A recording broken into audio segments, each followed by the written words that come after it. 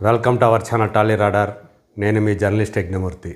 విజయ్ దేవరకొండ హీరోగా నటించిన Kingdom cinema July 31వ తేదీ ప్రపంచవ్యాప్తంగా థియేటర్లో విడుదలైంది. మరి మొదటి రోజు కలెక్షన్స్ ఎలా ఉన్నాయి, ఆ సినిమాపై రిలీజ్కు ముందు వచ్చినటువంటి ఆ క్రేజ్ కానీ ఆ హైప్ కానీ దానికి తగ్గట్లుగానే బాక్స్ ఆఫీస్ వద్ద ఆ కలెక్షన్స్ రిఫ్లెక్ట్ అయ్యాయా లేదా, ఇది చాలామందిలో క్యూరియాసిటీని రేకెత్తించేటువంటి ఒక అంశం. నిజంగానే కింగ్డమ్ సినిమా మొదటి రోజు ప్రపంచవ్యాప్తంగా 39 కోట్ల రూపాయల గ్రాస్ని కలెక్ట్ చేసిందని చెప్పేసి నిర్మాతలు ఒక పోస్టర్ని అయితే రిలీజ్ చేశారు, అఫీషియల్ పోస్టర్ని. సో అది గ్రాస్ కాబట్టి నిజంగా అంత వచ్చిందా లేదా అనే విషయం బయట వాళ్ళకైతే ఎవరికీ తెలియదు. స్వయంగా నిర్మాత నాగవంశీ ఇదివరకు ఇంటర్వ్యూల్లో చెప్పాడు, మేము ఎగ్జాగరేట్ చేసి చెప్తూ ఉంటాము కలెక్షన్స్ని, అది తప్పదు అని చెప్పేసి. ఎవరైనా కూడా, ఏ నిర్మాత అయినా కూడా అదే పని చేస్తూ ఉంటాడు అని చెప్పి. సో ఇప్పుడు ఇందులో ఎంత వాస్తవం ఉంది అనేది పక్కన పెడితే గ్రాస్ విషయం, 2 తెలుగు రాష్ట్రాల్లో మనకు అందినటువంటి సమాచారాన్ని బట్టి ఆ కలెక్షన్ల రిపోర్ట్ అయితే మన చేతికి వచ్చింది. ఇది జిఎస్టీని మినహాయించి, జిఎస్టీని కలపకుండా వచ్చిన కలెక్షన్స్లో ఏవైతే ఉంటాయో వాటిని ఈ జిఎస్టీని మినహాయించి మిగిలినటువంటి షేర్ వాల్యూ మన దగ్గరికి వచ్చింది. ఏరియా వైజ్గా చూసుకుంటే ఆ కలెక్షన్స్ ఎలా ఉన్నాయో ఒకసారి చెప్తాను. తెలంగాణలో 4.2 crores షేర్ వచ్చింది. ఇదన్నీ కూడా ఇందాక నేను చెప్పాను, జిఎస్టీని మినహాయించి, ఎక్స్క్లూడింగ్ జిఎస్టీ. రాయలసీమలో 1.7 crore, వైజాగ్ లేదా ఉత్తరాంధ్రలో 1.16 crore, గుంటూరులో 75 లక్షలు, తూర్పుగోదావరిలో 74 లక్షలు, పశ్చిమ గోదావరిలో 44 లక్షలు, కృష్ణాలో 59 లక్షలు, నెల్లూరులో 34 లక్షలు, వెరసి 9,92,00,000 రూపాయల షేర్ వచ్చిందని చెప్పేసి ట్రేడ్ వర్గాల వాళ్ళు చెబుతున్నటువంటి విషయం. సో ఇది ఒక రీజనల్ సినిమాకు సంబంధించి ఒక మంచి ఫిగర్ అనే చెప్పాలి. సో విజయ్ దేవరకొండ గత 5 సినిమాలు బాక్స్ ఆఫీస్ దగ్గర సరైనటువంటి పర్ఫార్మెన్స్ ఇవ్వకపోయినా ఈ కింగ్డమ్ సినిమాకి ఈ స్థాయిలో కలెక్షన్స్ రావటం అనేది నిజంగా ఆనందించాల్సినటువంటి విషయమే.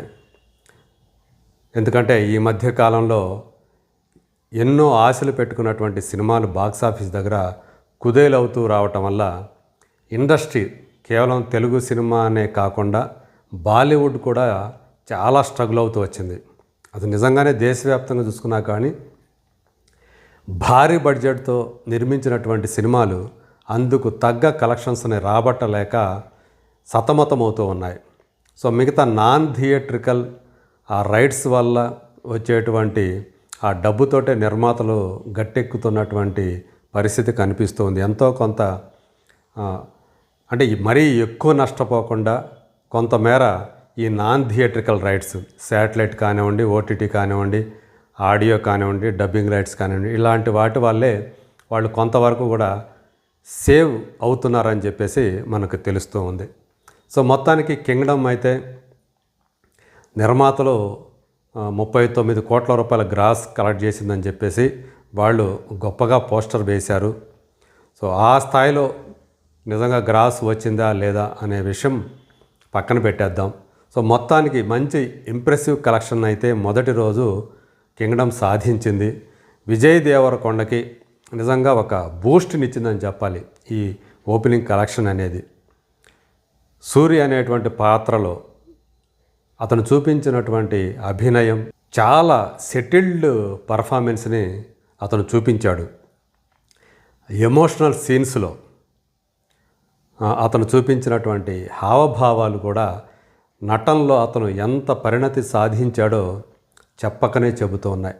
అలాగే స్టబార్న్గా ఉండాల్సినటువంటి సమయాల్లో కూడా అతను అంతే సెటిల్డ్గా పర్ఫార్మెన్స్ని చూపించాడు. సో అన్న అనేటువంటి ఒక సెంటిమెంట్ ఈ సినిమాలో కొంత మేరకు అయితే వర్కౌట్ అయిందని చెప్పాలి.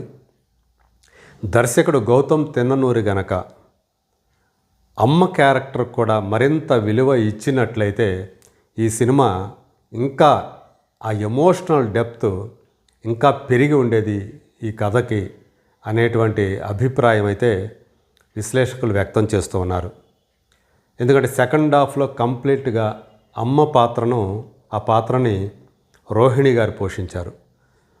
అసలు సెకండ్ హాఫ్లో ఆ పాత్రకి అసలు చోటే కల్పించలేదు దర్శకుడు.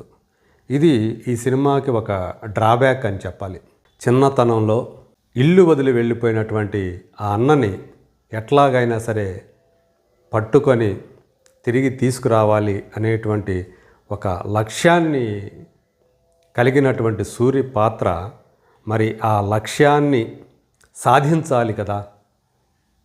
అక్కడే ఈ సినిమాకు సంబంధించినటువంటి దర్శకుడు దీన్ని గుర్తించలేకపోయాడు. తాను ఏం పాయింట్ ఈ సినిమా కోసం హీరోకి రాసుకున్నాడో ఆ లక్ష్యాన్ని సాధించడంలో హీరో సక్సెస్ అవుతున్నాడా, ఫెయిల్ అవుతున్నాడా, తను డీవియేట్ అవుతున్నాడా లేదా, ఈ విషయాన్ని అతను గ్రహించాలి. కొంతమంది ఎక్కడా కూడా కథలో డీవియేషన్ లేదు అని చెప్పేసి చెప్తున్నారు. కానీ నాకు అనిపించింది దర్శకుడు హీరో లక్ష్యాన్ని మర్చిపోయేటట్లు చేశాడు. మర్చిపోయేటట్టు చేయటం కంటే కూడా హీరో తన లక్ష్యాన్ని సాధించలేకపోతున్నాడు అనే విషయాన్ని దర్శకుడు గుర్తించలేకపోయాడంటాం కరెక్ట్ అనిపిస్తుంది నాకైతే. అలాగే ట్రైలర్లో శివ పాత్రను, సత్యదేవ్ పోషించినటువంటి శివ పాత్ర గురించి చాలా ఎక్కువగా చెప్పారు. హీరోయిన్ ఆ క్యారెక్టర్ని డిఫైన్ చేస్తుంది. మీ అన్న నీకు దేవుడు అవ్వచ్చేమో కానీ ఇక్కడ మోస్ట్ వాంటెడ్ క్రిమినల్, రాక్షసుడు అని చెప్పేసి. కానీ సినిమాలో అంత పవర్ఫుల్గా, అంత రాగా ఆ శివపాత్ర లేదు. సో ఇది ఆ పాత్రని ఇంకా బాగా డిజైన్ చేస్తే ఇంకా మంచి ఇంపాక్ట్ సినిమాకి వచ్చి ఉండేది. సత్యదేవ్ చాలా టాలెంటెడ్ యాక్టర్. అలాంటి యాక్టర్ని ఇంకా బాగా యూటిలైజ్ చేసుకోవాల్సి ఉండేది అని చెప్పేసి నాకైతే అనిపించింది. మురుగన్ పాత్రను మాత్రం, ఆ విలన్ పాత్రని డైరెక్టర్ బాగానే డిజైన్ చేశాడు. వెంకటేష్ అని అతను ఆ యాక్టర్ ఫస్ట్ టైం మన తెలుగులో నటించాడు, మలయాళీ యాక్టర్. అతను చాలా గొప్పగా ఆ పాత్రని పోషించాడు.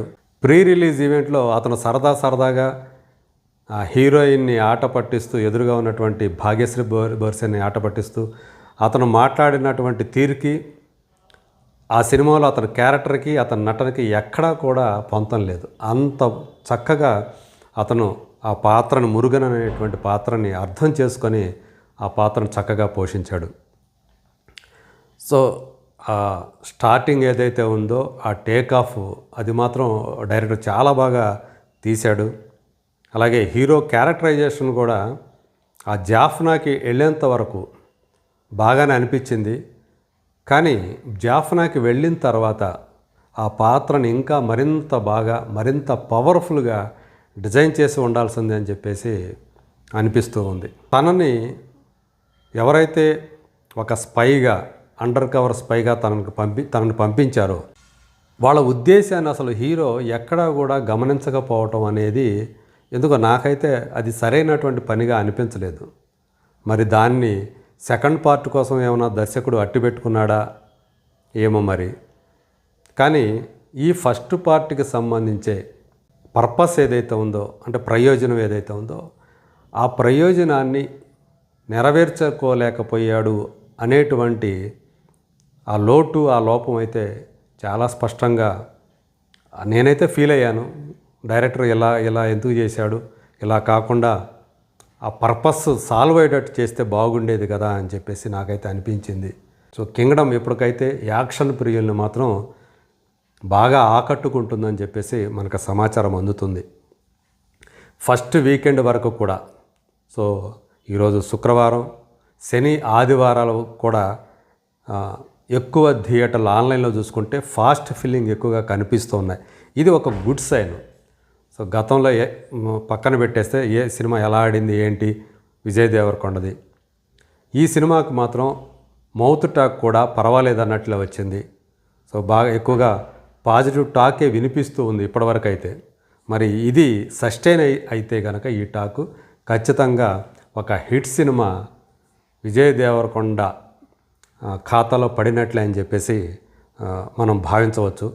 వరుసగా 5 సినిమాలు ఫెయిల్ అయితే 6వ సినిమాతో వచ్చే హిట్ ఏదైతే ఉందో అది ఇచ్చే కిక్కే వేరప్ప అని చెప్పేసి మనం చెప్పుకోవచ్చు. మరి చూద్దాం కింగ్డమ్ సినిమా ఈ వీకెండ్లో మ్యాక్సిమం ఆ కలెక్షన్స్ రాబట్టి ఎక్కువగా రికవరీ సాధించి బ్రేక్ ఈవెన్కి అతి సమీపానికి వచ్చేస్తుంది అనేటువంటి ఆ ట్రేడ్ వర్గాల అంచనాలు నిజమవుతాయా లేదా? Let us wait and see.